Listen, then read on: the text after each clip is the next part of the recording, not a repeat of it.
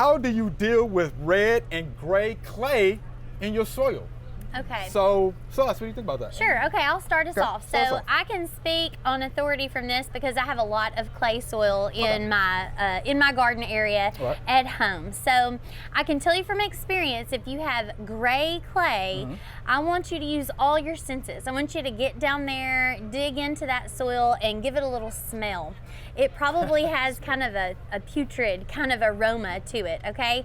This is an indication that your soil is completely saturated and it has gone anaerobic. There is basically no space for air in that soil profile, and so some plants are going to struggle to do well in that garden space.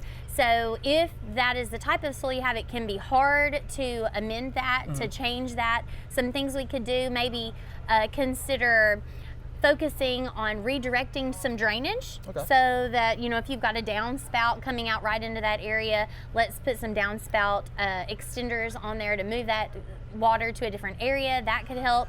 We could add organic matter that would need to be incorporated, but it's still going to be hard to fight that. So I would be more inclined to just select some plants that are going to do better in a boggier type garden space, right? Something that can tolerate that type of soil condition. So that's where I would go as far as kind of the gray take on that goes. Okay. Now, Joseph, you and I talked about this earlier, so what did you think about the question? Yeah, like Celeste said, the first thing that popped in my mind was a drainage issue. It's really wet, very saturated. So yeah, selecting plants that are, you know, going to take up that water, boggies, you know, rain gardens, type thing. Right. You know, by trade, I'm a landscaper, so the first thing that pops in my mind is we need to do some drainage, right? You know, I put in a lot of drainage in my time, so you know, that's what I'm going to lean towards too as well. And then the sand, the red color is probably just sand. You know, I wouldn't think that would be an issue.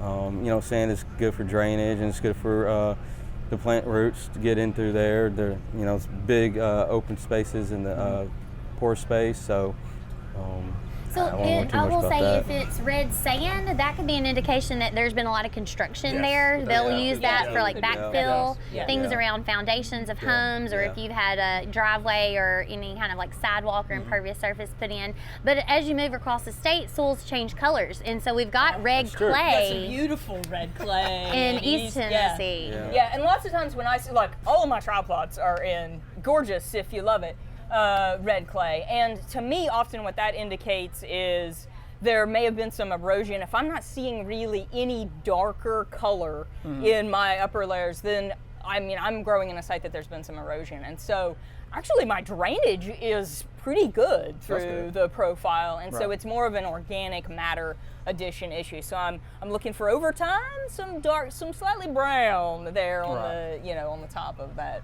Okay, that is good. I hope that answered Logan's question. I will say this about clay. Don't curse clay though, because you actually need clay because it holds nutrients, it holds water. Moisture, so it's not a bad thing. It just needs to be broken up from time to time by using organic material. Yes.